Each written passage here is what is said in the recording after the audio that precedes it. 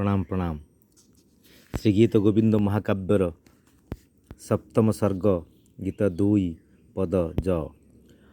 हरि चरण शरण जयदेव कवि भारती बसतु हृदि जुबतिरिव कोमल कलावती। हरि चरण शरण जयदेव कवि भारती बसतु हृदि जुबतिरिव कोमल कलावती। ज प्रणाम प्रणाम। कविराज श्री जयदेवଙ୍କ हृदय कंदर झरीचे सुधा शब्दावली गीत गोविंद महाकाव्यर सप्तम सर्ग गीत 2 पद जरे। प्रियतमा प्रीतिलग्ना श्रीराधांकर विरह माधुर्य पदावली लेखि कवि महात्मा जयदेव निजक महाप्रभु माधवଙ୍କ चरणारविंदरे समर्पण करिछन्ति। निज हृदयर भक्तिपूत निवेदन ए पदावली निज हृदयर भक्तिपूत निवेदन ए पदावली सरल तरल काव्य कोमल सुधा झराए रस धाराए। प्रणाम प्रणाम। हरिचरण शरण जयदेव कवि भारती हरिचरण शरण जयदेव कवि भारती। महाप्रभुंकर महाकृपा नहले तांकर प्रीति महिमा वर्णना करबा असंभव पुणी तांकर प्रियतमार विरह वेदना को काव्य रूप देवा एते सहज नुहे। एही प्रीति विरह भावना को निज चेतना रे धरी रखी ताहाको वर्णना करबा तांकर दया बिना कृपा बिना संभव नुहे। तेणु कवि कृतांजलि पुटरे महाप्रभु पादपद्म प्रणाम करिछन्ति भक्ति निवेदन करिछन्ति निजको महा भाग्यवान मणिछन्ति कृत्य कृत्य होइछन्ति तांको ठारे शरणापन्न होइछन्ति। हरि कृपा लागी से आज कवि माँ सरस्वती भारतींकर कृपा लागी से लभिछन्ति दिव्य कवित्व ये महाकाव्य श्री गीत गोविंद लेखिबाकू। तेणु कविर जशगाथा से महाप्रभु चरण में समर्पी देइछन्ति। तांकर हृदय रे गीत गोविंदर ललित कोमल पदावली संकृत हेउछि अहरह। एही काव्य सुधारस पानरे तांकर मन हृदय राधाकृष्ण प्रीतिरस रे तल्लीन विलीन विभोर विहोल। प्रणाम प्रणाम। ये आनंद महाआनंद महामहाआनंद अनुभव ए जेमिति यौवन रे प्रियतम कोଳରେ कोमलांगी सुंदरी प्रियतमा कलावती रूपवती गुणवती लावण्य ललना निबिड़ प्रीति श्रृंगार रे आनंद ऐश्वर्य मज्जी रही थाए। प्रणाम प्रणाम। श्री गीत गोविंदर सुधास्निग्ध प्रीति रसावली ए पदावली सबू महा आनंद अनुभवर गंताघर यार तुलना नहीं। यार तुलना लगी कवि अनुभव करछन्ति प्रियतम कोଳରେ श्रृंगार मिलन यार तुलना लगी कवि अनुभव करछन्ति प्रियतम कोଳରେ श्रृंगार मिलन रे मग्न प्रियतमा प्रियंबदा प्रीतिवल्लरीर वैकुंठ विलास अनुभव मुग्ध मुग्ध मोहकित अनुभव स्वर्गीय सुंदर नील नैसर्गिक अनुभव सतैव नील आकाश चुंबित नील समुद्र कोଳରେ नील नील अनुभव नील नील लहरी तोलुछि तार स्वर्णिम बेलारे गीत गोविंदर ललित मधुर पदावली को हृदय स्मरण करवा जहाँ जेमिति निज प्रियतम को कोଳରେ बसाई प्रीति मिलन रे आनंद लाभ करवा ताहा गोटे अपूर्व रोमांचित अनुभव चिन्म चकित चर्चित अनुभव प्रीतिमूर्छित आनंद ऐश्वर्य अनुभव हृदय वंदित मिलन मुखर महोत्सवमय अनुभव अतीव रमणीय श्रृंगार मिलन अनुभव मानव तनुरे धरावतरणर सर्वश्रेष्ठ सुंदर अनुभव कलरव मुखरित मधुस्नात प्रीतिस्नात पुष्पित अनुभव पीयूष स्नात कोमल कलावती अनुभव से अनुभव रे कवि निज को गौरवान्वित मन करछन्ति। राधाकृष्णंकर स्वर्गीय श्रृंगार अनुभव को निज चेतना रे सतैव अंगे निभाइछन्ति। तेणु झरीछि अमृत पदावली बसतु हृदि जुब तिरिव कोमल कलावती बसतु हृदि जुब तिरिव कोमल कलावती। प्रणाम प्रणाम।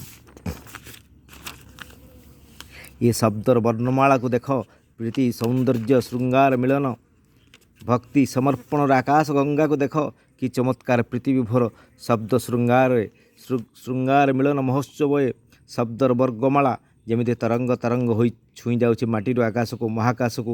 ଏ ପ୍ରୀତି ଲହରୀରେ ସମଗ୍ର ଚେତନା ଯେମିତି ପ୍ରୀତିସିକ୍ତ, ସେମିତି ଅପୂର୍ବ ଭକ୍ତି ଭାବରେ ତନ୍ଦ୍ରାଭୂତ ତଲ୍ଲୀନ ତୃପ୍ତ ତନ୍ମ ଚିନ୍ମ। ପ୍ରଣାମ ପ୍ରଣାମ। ଏମିତି କଥା କେହି କବି ଭାବିପାରିଛି କି?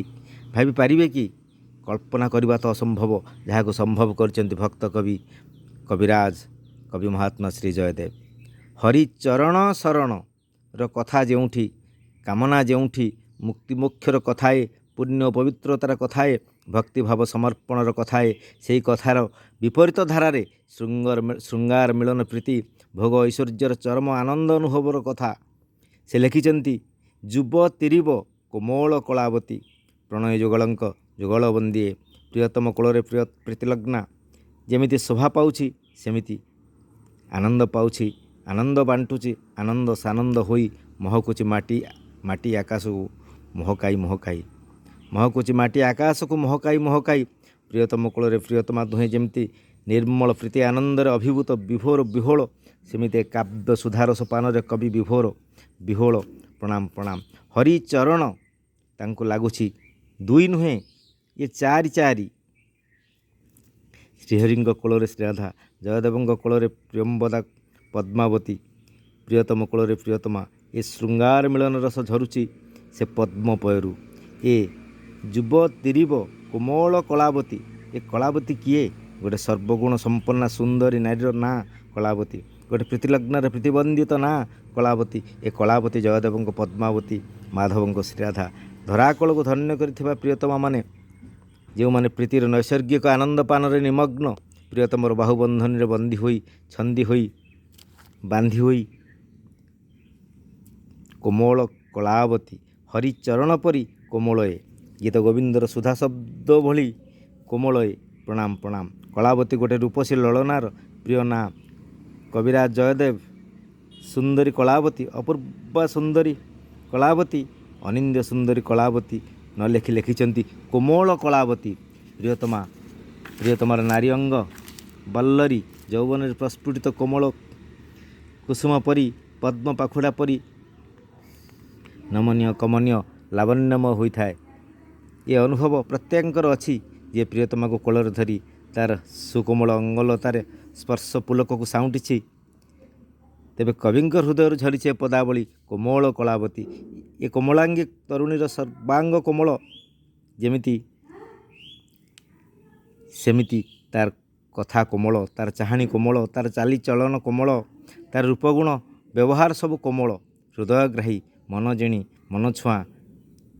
ପ୍ରଣାମ ପ୍ରଣାମ। ଏମିତି ସେମିତି ପ୍ରିୟତମା କଳାବତୀ ନୁହେଁ, ଆଖି କେତେ ସୁନ୍ଦରୀ ଦେଖିନାହିଁ ସତେ, ଆଖି କେତେ ସୁନ୍ଦରୀ ଦେଖିନାହିଁ ସତେ। ମାଳ ମାଳ ସୁନ୍ଦରୀଙ୍କ ଭିଡ଼ ଭିତରେ ଶେଷରେ ଯେଉଁ ସୁନ୍ଦରୀର ଆଖି ସହିତ ଆଖି ମିଶିଲା, ଛାତିରେ ଥରା ପଶିଲା, ଥିରି ଶିହରଣରେ ତନୁ ମନ ରୋମାଞ୍ଚିତ ହୋଇଗଲା, ଯାହାକୁ ଦେଖି ମନ ମନ୍ତ୍ରମୁଗ୍ଧ ହୋଇଗଲା। ଏକାନ୍ତରେ ଗୋଟେ ନିବିଡ଼ ଅନ୍ତରଙ୍ଗତାର ନିଶ୍ୱାସ ପ୍ରଶ୍ୱାସରେ ସେଇ ଯାହାକୁ ଆଖି ଧରି ରଖିଲା, ଚେତନାରେ ଯାହାକୁ ଦେଖିଲେ ଲାଗୁଥିଲା ଇଏ ମୋର ପ୍ରିୟତମା ପ୍ରୀତିବଲ୍ଲଭୀ ପ୍ରିୟମ୍ବଦା, ଏହାକୁ ଛାଡ଼ି ମୁଁ ବଞ୍ଚି ପାରିବିନି। ଇଏ ମୋର ଜୀବନ ଧନ, ମୋର ପ୍ରାଣ ଆତ୍ମା, ଇଏ ମୋର ଚିର ଆରାଧ୍ୟା, ମୋର ଚିରକାଳ ପ୍ରିୟତମା। ପ୍ରଣାମ ପ୍ରଣାମ। ସେ ମୋର ସବୁକିଛି, ତାର ପ୍ରାପ୍ତି ଲାଗି, ତାର ପ୍ରୀତି ମିଳନ ଲାଗି, ତା ଲାଗି ଜୀବନ ସାଧନା, ଜୀବନ ସଂଘର୍ଷ କରିବାକୁ ମନ ମାତିଲା। ମାତିବ କ'ଣ, ଉଡ଼ିଲା ସେଇ ମୁହୂର୍ତ୍ତରୁ। ସେଥିପାଇଁ ଈଶ୍ୱରଙ୍କ ପାଖରେ କେବେ ନୀରବ ପ୍ରାର୍ଥନା, କେତେ ଲୁହ, କେତେ ଅଶ୍ରୁତର୍ପଣ, କେତେ ପୂଜା ପ୍ରାର୍ଥନା ତପସ୍ୟା ସାଧନା। ଶେଷରେ ଯଦି ତାର ମନ ଜିଣିଲା, ତାର ହୃଦୟ ଜିଣିଲା, ତେବେ ତାର ପ୍ରୀତିସ୍ପଦ ହେବ, ପ୍ରିୟତମ ହେବ, ତାକୁ କୋଳରେ ଧରି ପ୍ରୀତି ସୁଖ ଲଭିବ। ନଚେତ୍ କଳାବତୀର ପ୍ରାପ୍ତି ଲାଗି ତାର ପ୍ରୀତି ତପସ୍ୟା ପୂର୍ଣ୍ଣ ହେବା ଯାଏ ଧ୍ୟାନମଗ୍ନ ଯୋଗୀ ହୋଇ ଈଶ୍ୱରଙ୍କ ପାଖରେ ପ୍ରାର୍ଥନା କରୁଥିବ, ମନେ ମନେ ସେହି ଦିବ୍ୟ ସୁନ୍ଦରୀକୁ ପ୍ରଣାମ କରୁଥିବ, ତାର ଚିତ୍ରପଟକୁ ଧରି ପୂଜା କରୁଥିବ। କେବେ ତାର ଚିତ୍ର ଶୃଙ୍ଗାରରେ ନିର୍ମଳ ବିମଳ ଶାନ୍ତି ଲଭୁଥିବ, ତାର ସୃଜନପଣକୁ ଧନ୍ୟ କହୁଥିବ। କେଡ଼େ ସୁନ୍ଦରୀଏ, ଏହାକୁ ପାଇଲେ ମୋର ଜୀବନ ଧନ୍ୟ ହୋଇଯିବ। ତାର ସୃଜନକର୍ତ୍ତାକୁ ବନ୍ଦନା କରୁଥିବ, ପ୍ରଭୁ ଇଏ ତୁମ ହାତର କଳାକୃତି, ଜୀବନ୍ତ ପ୍ରାଣବନ୍ତ ପୀୟୁଷ ସ୍ନାତ ମୋ ଲାଗି ସୃଜିଛ। ତୁମ ସୃଜନ ମହିମାର ତୁଳନା କ'ଣ କଳ୍ପନା କରିବାକୁ ମୋ ପକ୍ଷେ ସମ୍ଭବ ନୁହଁ। ତୁମ ସୃଜନ ମହିମାର ତୁଳନା କ'ଣ କଳ୍ପନା କରିବାକୁ ମୋ ପକ୍ଷେ ସମ୍ଭବ ନୁହଁ। ଏମିତି ସୁନ୍ଦର ଧରାବତରଣ ଦେଖୁ ଦେଖୁ କେମିତି ଲାଖିଗଲା ମୋ ଆଖି, ଥରିଗଲା ମୋ ଛାତି, ମୋ ଚେତନାରେ ପ୍ରୀତିର ଇନ୍ଦ୍ରଧନୁ ଫୁଟିଗଲା କି? ମଧୁ ବସନ୍ତର ମଳ ଛୁଇଁଗଲା କି? ନୀଳ ଶ୍ରାବଣର ମେଘମଳା ଘୋଟିଗଲା କି? ନୀଳ ଜହ୍ନର ଝରଣା ଝରିଗଲା କି? ମୁଁ ତ ଆଚମ୍ବିତ ଆନମନା ଆବାକାବା ଅଭିଭୂତ ବିମୋହିତ ମୁଗ୍ଧ ମୋହିତ ମୂର୍ଚ୍ଛିତ ଆକାଶ ଗଙ୍ଗାରେ ତାକୁ ଧରି ବୁଲିଲା ଭଳି ଦେଖିଲା ଭଳି ଲାଗୁଥିଲା। ତାର ନିର୍ବାକ ନୟନ ଦୁଇ ମୋ ନୟନ ଯୁଗଳକୁ କନ୍ଦର୍ପର ପଞ୍ଚସର ପରି ଫୁଲସର ପରି ବିଦ୍ଧ କରୁଥିଲା। ତା ବ୍ୟତୀତ ମୋତେ ଆଉ କିଛି ଦିଶୁନଥିଲା। ସେ ଲାଗୁଥିଲା ଅପୂର୍ବା ଦିଶୁଥିଲା ଅପୂର୍ବା। ଏମିତି ଗୋଟେ ଅପରୂପା ସୁନ୍ଦରୀର ଦିବ୍ୟ କୋମଳ ନୟନ ଜ୍ୟୋତିରେ ପ୍ରୀତିସୁଧା ପାନ କରିବାର ସୌଭାଗ୍ୟ ମିଳିଲା।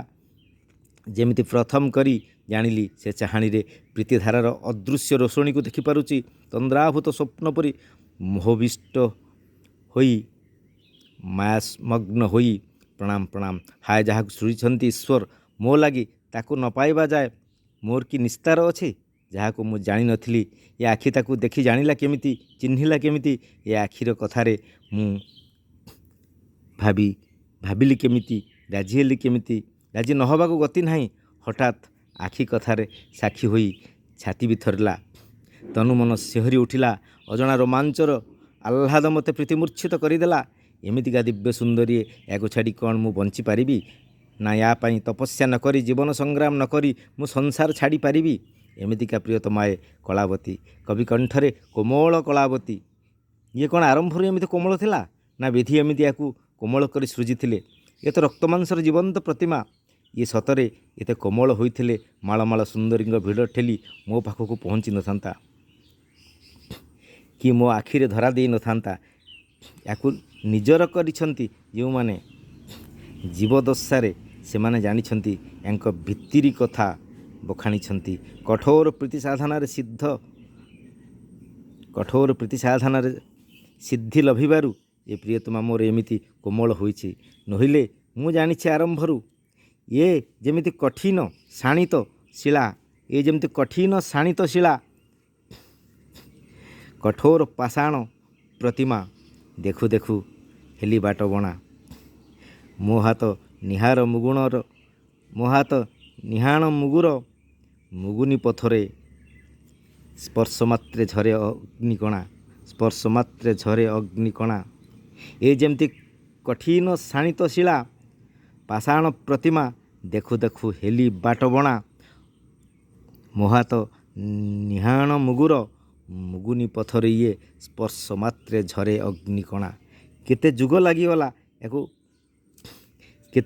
ଲାଗିଗଲା ୟାକୁ ହୋଇଛି ମୋ ପୂଜା ପ୍ରୀତି ସାଧନାରେ ପ୍ରୀତ। ମହାପ୍ରଭୁ ଦୀନବନ୍ଧୁ ଦୟାନିଧି କୃପାସିନ୍ଧୁ କରୁଣା ସାଗର, ନହିଲେ କି ଲଭିଥାନ୍ତି କଳାବତୀ ପ୍ରୀତି। ଆଜି ଦେଖୁଛି ଯାହାକୁ, ସେ କୋମଳ କଳାବତୀ ମୋ କୋଳରେ ଗାଉଛି ଯେ ଚିରନ୍ତନ ପ୍ରୀତିର ସଙ୍ଗୀତ। ମୋତେ ଲାଗେ ଅମୃତ ବୈକୁଣ୍ଠ ବିଳାସ, ସ୍ୱର୍ଗ ସୁଖ ସୁଧାସ୍ନାତ। ପ୍ରଣାମ। କବି କଣ୍ଠରୁ ଝରିଛି ଅପୂର୍ବ ଶବ୍ଦର ଶୃଙ୍ଗାରର ପ୍ରୀତିମୂର୍ଚ୍ଛନା। ହରିଚରଣ ଶରଣ ଜୟଦେବ କବି ଭାରତୀ। ଶ୍ରୀରାଧା ବନ ମଧ୍ୟରେ ବେତଲତା କୁଞ୍ଜ ନିକଟରେ ରାତ୍ରି କାଳରେ ମାଧବଙ୍କୁ ପ୍ରତୀକ୍ଷା କରିଛନ୍ତି। ତାଙ୍କର ପହଞ୍ଚିବାରେ ଅହେତୁକ ବିଳମ୍ବ ଲାଗି ସେ କନ୍ଦର୍ପର କାମଜ୍ୱାଳାରେ ବିରହ ବେଦନାରେ ବିକଳ ବ୍ୟାକୁଳ ହେଉଛନ୍ତି। ମାଧବଙ୍କୁ ସେ ସ୍ମରଣ କରୁଛନ୍ତି, ଅଥଚ ସେ ଆସିବାରେ ବିଳମ୍ବ ବେଳକୁ ବେଳ ବଢ଼ି ଚାଲିଛି। ସେ ନିଜର ରୂପ ଯୌବନକୁ ନିନ୍ଦା କରୁଛନ୍ତି, ଅଙ୍ଗଲତାର ସ୍ୱର୍ଗୀୟ ସୁଷମାକୁ ତିରସ୍କାର କରୁଛନ୍ତି। ଚନ୍ଦ୍ରଜ୍ୟୋତ୍ସ୍ନାର ଶୀତଳତା ତାଙ୍କୁ ଅଗ୍ନିକଣା ପରି ଲାଗୁଛି, ଯେ ରତ୍ନ ଆଭୂଷଣ ପୀଡ଼ାଦାୟକ ଲାଗୁଛି। ମାଧବଙ୍କ ବିଳମ୍ବ ଲାଗି ତାଙ୍କ ମନରେ କେତେ ଆଶଙ୍କା, ଭୟ, ଉଦ୍ବେଗ। କ'ଣ ହେଲା ମାଧବଙ୍କର? ଏତେ ବିଳମ୍ବ କାହିଁକି? ତାଙ୍କୁ ପ୍ରତିଶ୍ରୁତି ଦେଇ ସେ କ'ଣ ଆଉ ଗୋପରମଣୀର ପ୍ରୀତିବନ୍ଧନରେ ପ୍ରାଣଲିପ୍ତ ଅଛନ୍ତି? ସେ ନିଜ ଭାଗ୍ୟର ନିନ୍ଦା କରୁଛନ୍ତି। ଏହିଭଳି ଅବସ୍ଥାରେ ସେ କ'ଣ ଈଶ୍ୱରଙ୍କ ସ୍ତୁତି କରିବେ, ପ୍ରାର୍ଥନା କରିବେ? ମାଧବ ଶୀଘ୍ର ତାଙ୍କ ପାଖରେ ପହଞ୍ଚି ଯାଆନ୍ତୁ। କବି ମହାତ୍ମା ନିଜେ ଶରଣ ପଶିଛନ୍ତି ହରିଚରଣରେ। ତେଣୁ କବିକଣ୍ଠରୁ ଝରିଛି ପଦାବଳୀ, ହରିଚରଣ ଶରଣ ଜୟଦେବ କବି ଭାରତୀ। ହରିଚରଣ ଶରଣ ଜୟଦେବ କବି ଭାରତୀ। ଶ୍ରୀରାଧାଙ୍କର ବିରହ ବେଦନା ଅସହ ଅନୁଭବ ଜାଣି କବି ନିଜେ ହରିଚରଣରେ ଶରଣ ପଶିବାକୁ ସତେଅବା ନିବେଦନ କରୁଛନ୍ତି, ଆତ୍ମନିବେଦନ କରୁଛନ୍ତି। ଜୀବନ ଯେଉଁଠି ତୁଚ୍ଛ ଲାଗୁଛି, ମାଧବଙ୍କ ବିନା ଏ ମହାଘୋର ବିପତ୍ତିରେ ପ୍ରଳାପ ନକରି ବିଳାପ ନକରି ହରିଚରଣରେ ଶରଣାପନ୍ନ ହେବାକୁ କବି ଶ୍ରୀରାଧାଙ୍କ ଉଦ୍ଦେଶ୍ୟରେ ସମସ୍ତଙ୍କୁ ସଂସାରଜନକୁ ଜଣାଇ ଦେଇଛନ୍ତି। ତେଣୁ ସେ ଲେଖିନାହାନ୍ତି ହରିଚରଣେ ଶରଣ, ଅର୍ଥାତ୍ ଏହା ନିଜ ପାଇଁ ଉଦ୍ଦିଷ୍ଟ। ହରିଚରଣ ଶରଣ, ଶରଣ ନେବ ତ ହରିଙ୍କ ଚରଣରେ ଶରଣ ନେବ। ହରିଚରଣରେ ଶରଣ ଯିବ କେମିତି? ହରି ତ ଆଉ ବୈକୁଣ୍ଠରୁ ଆସିବେ ନାହିଁ ତୁମ ପାଖକୁ ଚତୁର୍ଦ୍ଧା ମୂର୍ତ୍ତି ହୋଇ। ତୁମେ ତାଙ୍କ ପାଦ ଧରି ଶରଣ ପଶିବାକୁ କହିବ, ଆଖି ବୁଜି ହରିଙ୍କୁ ସ୍ମରଣ କରିବ, ତାଙ୍କର ଦିବ୍ୟ ମୂର୍ତ୍ତି ଦର୍ଶନ କରିବ, ତାଙ୍କର ପଦ୍ମପାଦରେ ଶରଣ ପଶିଲି ବୋଲି କହି ପ୍ରଣାମ କରିବ। ତେଣିକି ଆଉ ତୁମ କଥା ଭାବିବାର ନାହିଁ। କଥାରେ କହିଛି, ରଖେ ହରି ତ ମାରେ କିଏ, ମାରେ ହରି ତ ରଖେ କିଏ। ହରିଚରଣ ଶରଣ କବି ଜୟଦେବ ଭାରତୀ। କି ସୁଲଳିତ ଦିବ୍ୟ ଶବ୍ଦଏ, ସୁମଧୁର ସୁଧା ଶବ୍ଦଏ, ରସ ସୁଧାଏ, ପ୍ରୀତିର ସାବଳି ଶବ୍ଦ ଏ ଶରଣ ଗୋଟେ କବିର ଶରଣ, ଗୋଟେ କବି ଚେତନାର ଶରଣ, ଜୟଦେବ ବ୍ୟକ୍ତିର ଶରଣ, ଭାରତୀ ମା ସରସ୍ୱତୀଙ୍କର ଶରଣ, ଦେବଭୂମି ଭାରତର ଶରଣ। ଶ୍ରୀରାଧାଙ୍କର ଏ ମହାଦୁଃଖରେ ମାଧବଙ୍କର ମାଧବଙ୍କର ଶୀଘ୍ର ଆଗମନ ପାଇଁ ନିଜର ପ୍ରାଣରକ୍ଷା ଲାଗି କେହି ଶରଣ ପଶିବାର ଶୁଣିଛୁ ଜାଣିଛୁ। ଯେମିତି ସୁଗ୍ରୀବ ପ୍ରଭୁ ରାମଙ୍କ ଶରଣ ପଶିଥିଲେ, ବିଭୀଷଣ ରାମଙ୍କ ଶରଣ ନେଇଥିଲେ। ଏଠାରେ ଶରଣ ପଶୁଛନ୍ତି କବି ଜୟଦେବ ଭାରତୀ। କି ମାର୍ମିକ କଥାଏ, ମହତ୍ତର କଥାଏ, ମର୍ମସ୍ପର୍ଶୀ କଥାଏ। ଅନ୍ୟର ଅନ୍ତର ବେଦନା ଜାଣି କେହି ସହୃଦୟ ବ୍ୟକ୍ତି ଈଶ୍ୱରଙ୍କୁ ପ୍ରାର୍ଥନା କରିବା କଥା ଶୁଣିଥିଲୁ, ଜାଣିଥିଲୁ, କିନ୍ତୁ କେହି ଶରଣ ପଶିବା କଥା ଶୁଣିନଥିଲୁ। ଏମିତି ଶରଣ ପଶିବା ଅନ୍ୟର ଜୀବନ ରକ୍ଷା ଲାଗି ଏ ସମଗ୍ର ବିଶ୍ୱରେ ବିରଳ ଘଟଣା। ଏମିତି କେହି କବି ଭାବିପାରିବ ନାହିଁ, ଲେଖିପାରିବା ତ ଅସମ୍ଭବ। ଧନ୍ୟ କବି ମହାତ୍ମା ଶ୍ରୀ ଜୟଦେବ, ଧନ୍ୟ ତାଙ୍କର ସୃଜନୀପଣର ଚମତ୍କାରିତା, ସାର୍ଥକତା, ତାଙ୍କର ଭକ୍ତି ଓ ପ୍ରୀତିର ସ୍ୱର୍ଗୀୟ ପ୍ରକାଶର ମହିମା। ପ୍ରଣାମ ପ୍ରଣାମ। ଶ୍ରୀରାଧାଙ୍କୁ ଭଲ ପାଉଥିବା ଦେବଭୂମି ଭାରତର ମା ଭାରତୀର ଶରଣ, ତାର ମାଟି ପାଣି ପବନ ଆକାଶ ପ୍ରକାଶର ଶରଣ, ପଶୁପକ୍ଷୀ ତରୁତୃଣ ବନ ପ୍ରକୃତିର ଶରଣ, ବୃନ୍ଦାବନର ବନଭୂମିର ଶରଣ, ଚନ୍ଦ୍ରମାର ଶରଣ, ରଜନୀର ଶରଣ, ଯମୁନାର ଶରଣ, ତାରାମଣ୍ଡଳର ଶରଣ। କବି ମହାତ୍ମା ଲେଖିନାହାନ୍ତି ହରିଚରଣ ଶରଣ ଶ୍ରୀରାଧା। କବି ମହାତ୍ମା ଲେଖିନାହାନ୍ତି ହରିଚରଣ ଶରଣ ଶ୍ରୀରାଧା। ସେ ଥାଉ ଥାଉ କବି ଜୟଦେବ ଭାରତୀ ଥାଉ ଥାଉ ଶ୍ରୀରାଧା କ'ଣ ଶରଣ ପଶିବେ? ଏମିତି ପରମ ସମର୍ପଣର ଭାବରେ, ଅଗାଧ ଭକ୍ତି, ଅନାବିଳ ପ୍ରୀତିର ମହାସମର୍ପଣ ଭାବରେ ଯେମିତି ବିରଳ ସେମିତି କାଳଜୟୀ। ତାର କାବ୍ୟିକ ପ୍ରକାଶ ମହାକାବ୍ୟ ଶ୍ରୀ ଗୀତ ଗୋବିନ୍ଦରେ। ପ୍ରଣାମ ପ୍ରଣାମ। ଗୋଟେ କବିର ଭଲ ପାଇବାଏ, ମହାକବିର ଭଲ ପାଇବାଏ, ପ୍ରାର୍ଥନାଏ, ମହାପ୍ରାର୍ଥନାଏ, ମହାତପସ୍ୟାଏ। ହରିଚରଣ ଶରଣ କବି ଜୟଦେବ ଭାରତୀ, ଇଏ ଗୋଟେ ସିଦ୍ଧି ମନ୍ତ୍ର। ହରିଚରଣ ଶରଣ କବି ଜୟଦେବ ଭାରତୀ, ଇଏ ଗୋଟେ ସିଦ୍ଧି ମନ୍ତ୍ର, ପ୍ରୀତିସିଦ୍ଧି ମନ୍ତ୍ର, ମହାମନ୍ତ୍ର। ପାଠକେ ଯଦି ମହାବିପଦରେ ପଡ଼ିଛନ୍ତି, ପ୍ରୀତି ବିରହ କଷ୍ଟରେ ସହି ନପାରି ଜୀବନକୁ ତୁଚ୍ଛ ମଣୁଛନ୍ତି, ତେବେ ଏହି ମହାମନ୍ତ୍ରକୁ ସ୍ମରଣ କର, ପ୍ରଣାମ କର।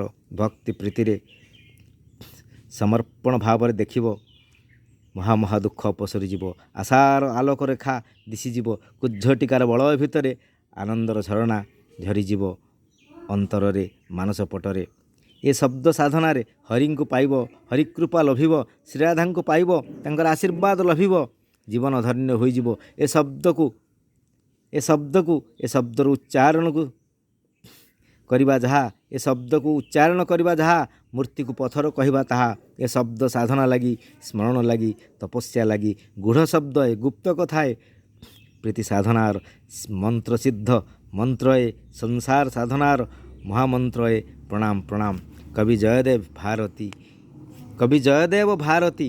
ଏ ଭାରତୀ ସୃଜନ ବନ୍ଦିତା ମା ସରସ୍ୱତୀ, ହରିପ୍ରିୟା ସରସ୍ୱତୀଙ୍କ ଚରଣ ଶ୍ରୀରାଧାଙ୍କ ଦୁଃଖ ଲାଘବ ପାଇଁ। ସେ କି ଉଦ୍ବିଗ୍ନ ଅଥୟ ଅସମ୍ଭାଳ ମାଧବଙ୍କର ଏତେ ବିଳମ୍ବ ଲାଗି? କ'ଣ ହେଲା ସତରେ ମାଧବଙ୍କର ଏତେ ଡେରି ଆସିବାକୁ? କ'ଣ ପାଇଁ?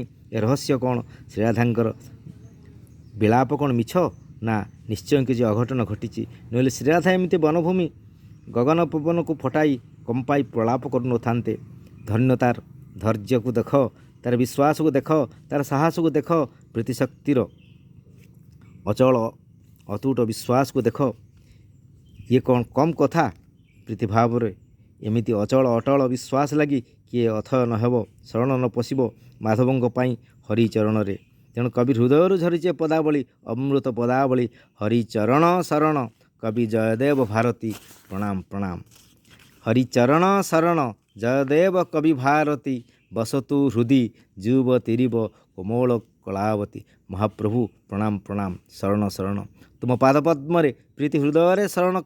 କବି ମହାତ୍ମା ଧର୍ମାନନ୍ଦ ଏ ବିଶ୍ୱର ମଙ୍ଗଳ କାମନା କରି, ଦେବଭୂମି ଭାରତବର୍ଷର କଲ୍ୟାଣ ବାଞ୍ଛା କରି, ପବିତ୍ର ଉତ୍କଳ ଭୂଖଣ୍ଡ ନୀଳାଚଳ ଧାମର ଶ୍ରୀବୃଦ୍ଧି ନିବେଦନ କରି, ବିଶ୍ୱ ମହାମାରୀ କରୋନା କବଳରୁ ସମସ୍ତ ମାନବ ଜାତିକୁ, ଭକ୍ତଜନକୁ, ଆଶ୍ରିତ ନିରାଶ୍ର ସକଳ ଜଗତକୁ ଉଦ୍ଧାର କରନ୍ତୁ। ପ୍ରଣାମ ପ୍ରଣାମ। ମହାକାବ୍ୟ ଶ୍ରୀଗୀତ ଗୋବିନ୍ଦର ଅମୃତ ପଦାବଳୀ ରଚନା କରି କବି ହୃଦୟ ମହାପ୍ରଭୁ ଶ୍ରୀକୃଷ୍ଣ ମାଧବଙ୍କର ଅପାର କୃପା ଅନୁଭବ କରିଛନ୍ତି। ତାଙ୍କର ମନ ହୃଦୟ ମହା ଆନନ୍ଦ ସମୁଦ୍ରରେ ଉଛୁଳି ଉଠିଛି। ସେ ଯେମିତି ତନ୍ମୟ ଚିନ୍ମୟ ଚିଦାନନ୍ଦ ସତ୍ତା ସହିତ ଏକୀଭୂତ ଅଭିଭୂତ ଐଶ୍ୱର୍ଯ୍ୟାନ୍ୱିତ। ପ୍ରଣାମ ପ୍ରଣାମ। ଆନନ୍ଦ ଗଦ୍ଗଦ କବିଙ୍କ ହୃଦୟ କନ୍ଦରୁ ଝରିଛେ ଅମୃତ ପଦାବଳୀ। କୃତଜ୍ଞତାର ଅମର ନିର୍ଝରିଣୀ ହୋଇ ହରିଚରଣ ଶରଣ ଜୟଦେବ କବି ଭାରତୀ। ମହାପ୍ରଭୁ କୃପାସିନ୍ଧୁ କରୁଣାମୟ ମାଧବଙ୍କ ପଦ୍ମପାଦରେ ଶରଣାଗତ କବି ଜୟଦେବ। ଜୟଦେବ କବି ଭାରତୀ। କବି ଭାରତୀ ଭାରତବର୍ଷର କବି ଜୟଦେବ। କବି ଭାରତୀ କବି ହୃଦୟ ସରସ୍ୱତୀ। କବି ଭାରତୀ କବି ହୃଦୟ ସୁନ୍ଦରୀ ପଦ୍ମାବତୀ ଭାରତୀ। ଗୋଟେ ଅମୃତମୟ ଅନୁଭବ, କବିର ଅନୁଭବ, କବି ହୃଦୟର ମହିମ୍ନ ଅନୁଭବ, ମହାମହା ଅନୁଭବ। ପ୍ରଣାମ ପ୍ରଣାମ। କବି ଶରଣ ପଶୁନାହାନ୍ତି ମହାବିପଦରେ ପଡ଼ି ପ୍ରାଣରକ୍ଷା ଲାଗି। ଏ ଶରଣ ମହାପ୍ରଭୁ ମାଧବଙ୍କ କୃପା ମହିମା ଗାନ ଲାଗି। କୃତଜ୍ଞତାର ଶରଣ ଚରମ ଆନନ୍ଦ ଅନୁଭବରେ, ବୈକୁଣ୍ଠ କୈବଲ୍ୟ ପ୍ରାପ୍ତିରେ ଯେଉଁ ମହା ଆନନ୍ଦ କବି ଅନୁଭବ କରିଛନ୍ତି, ସେହି ବିପୁଳ ଆନନ୍ଦକୁ ଏହି ମହାକାବ୍ୟ ଗୀତ ଗୋବିନ୍ଦର କାବ୍ୟ ସୁଧା ପାନ କରି ସମସ୍ତ ଭକ୍ତଜନ ବିଭୋର ବିହୋଳ ହୁଅନ୍ତୁ। ଏହା ଅତ୍ୟନ୍ତ ପ୍ରୀତିର ଶାଣିତ ଲାଳିତ୍ୟମୟ ମଧୁର କୋମଳ ସରସ ସୁନ୍ଦର। ପ୍ରଣାମ ପ୍ରଣାମ। ଯେପରି ପ୍ରୀତିଭାବରେ ଉଦ୍ବୁଦ୍ଧ ପ୍ରିୟତମର ହୃଦୟ କନ୍ଦରରେ ପ୍ରିୟତମା ବାସ କରିଥାଏ, ସେହିପରି ଏହି କାବ୍ୟର ପଦାବଳୀ ସବୁ କବି ହୃଦୟକୁ ଆନନ୍ଦମୟ ବିଭୋର କରୁଥାଉ ଚିରକାଳ। ପ୍ରଣାମ ପ୍ରଣାମ। ବସତୁ ହୃଦି ଯୁବ ତିରିବ କୋମଳ କଳାବତୀ। ଅତ୍ୟନ୍ତ ସୁନ୍ଦରୀ କଳା ନିପୁଣ କଳାବତୀ ଯେପରି ତାର ସୌନ୍ଦର୍ଯ୍ୟ ସ୍ୱରସୁଧାରେ ସମସ୍ତଙ୍କୁ ଆନନ୍ଦ ଦେଇଥାଏ, ଆନନ୍ଦିତ କରିଥାଏ, ସେହିପରି ଗୀତ ଗୋବିନ୍ଦର ମଧୁର କୋମଳ ପଦାବଳୀ ସମସ୍ତଙ୍କୁ ଭକ୍ତମାନଙ୍କ ହୃଦୟକୁ ମୋହିତ କରୁ, ମୁଗ୍ଧ କରୁ, ମନ୍ତ୍ରମୁଗ୍ଧ କରୁ ଚିରକାଳ ଯାଏ। କଳାବତୀ ଗୋଟେ ଦିବ୍ୟ ସୁନ୍ଦରୀର ପ୍ରୀତିମୁଗ୍ଧ ନାଁ, ଗୋଟେ ଦେବକନ୍ୟାର ସ୍ୱର୍ଗୀୟ ସୁଷମାରେ ଉଦ୍ଭାସିତ ତାର ତନୁଶ୍ରୀ ତନୁମଣ୍ଡଳ ସୌନ୍ଦର୍ଯ୍ୟ ସହିତ କୋମଳ ଗନ୍ଧର୍ବ କଳାରେ 64 କଳା ନିପୁଣା ନୃତ୍ୟ ଗୀତରେ ଅତୀବ ସୁନ୍ଦରୀ, ଯିଏ ଜନମନରେ ଆନନ୍ଦର ଶିହରଣ ଖେଳାଏ। ସେ କଳାବତୀ ଯେମିତି ସର୍ବଗୁଣ ସମ୍ପନ୍ନା ଗୋଟେ ଅତୀବ ସୁନ୍ଦରୀ, ସୌନ୍ଦର୍ଯ୍ୟ ସହିତ କୋମଳ ଗନ୍ଧର୍ବ କଳାରେ 64 କଳାରେ ନିପୁଣା ନୃତ୍ୟ ଗୀତରେ ନିପୁଣା ସ୍ୱର୍ଗ ଲଳନା ପରି ସୁନ୍ଦରୀ। ସେ କଳାବତୀ ଯେମିତି ସର୍ବଗୁଣ ସମ୍ପନ୍ନା ଗୋଟେ ଅତୀବ ସୁନ୍ଦରୀ, ଯିଏ ଜନମନରେ ଆନନ୍ଦ ଶିହରଣ ଖେଳାଏ, ସମସ୍ତଙ୍କ ହୃଦୟରେ ଭାବପ୍ରୀତିର ଲହରୀ ତୋଳିଥାଏ। ସେହିପରି ଏହି ମହାକାବ୍ୟ ଶ୍ରୀ ଗୀତ ଗୋବିନ୍ଦ ସମସ୍ତ ଜନମନକୁ ମୋହିତ ମୂର୍ଚ୍ଛିତ କରୁ, ମନ୍ତ୍ରମୁଗ୍ଧ କରୁ, ପ୍ରୀତିମୁଗ୍ଧ କରୁ, ମହାପ୍ରୀତି ଭାବରେ ଉଦ୍ବୁଦ୍ଧ ରମଣୀୟ କରୁ, ମହାପ୍ରୀତି ଭାବରେ ଉଦ୍ବୁଦ୍ଧ ରସାଣିତ କରୁ। ପ୍ରଣାମ ପ୍ରଣାମ। ଅପୂର୍ବା ସୁନ୍ଦରୀ କଳାବତୀ ଯେମିତି ଯୁବ ହୃଦୟର ରାଣୀ ଭାବରେ ପୂଜା ପାଉଥାଏ, ତା ରୂପ ଗୁଣର ମହିମା ଗାନରେ ଉତ୍ସବ ମୁଖରିତ ହେଉଥାଏ ମାଟିଠୁ ଆକାଶ। ସେହିଭଳି ଭକ୍ତି ରସାତ୍ମକ ପ୍ରୀତିର ମହାକାବ୍ୟ ଶ୍ରୀ ଗୀତ ଗୋବିନ୍ଦ ସବୁରି ହୃଦୟରେ ଆନନ୍ଦ ଭରିଦେଉ ଚିରକାଳ। ପ୍ରଣାମ ପ୍ରଣାମ। ଏହି କାବ୍ୟ ସୁଧା ପାନ କରି ସବୁ ପାଇବ। ଭକ୍ତି ପ୍ରୀତି ସୁଖ ଶାନ୍ତି ମୁକ୍ତି ପାଇବ। ଆନନ୍ଦ ଏ କୋମଳ କଳାବତୀ ଶ୍ରୀରାଧାଙ୍କୁ ପାଇବ। ତାଙ୍କର ପ୍ରୀତି ସୁଖର ମହିମାରେ ମଙ୍ଗଳମୟ ହେବ ଜୀବନଧାରା ପ୍ରୀତିଧାରା ପ୍ରାଣଧାରା। ପ୍ରଣାମ ପ୍ରଣାମ। କବି ମହାତ୍ମା ଧର୍ମାନନ୍ଦ ପ୍ରଣାମ।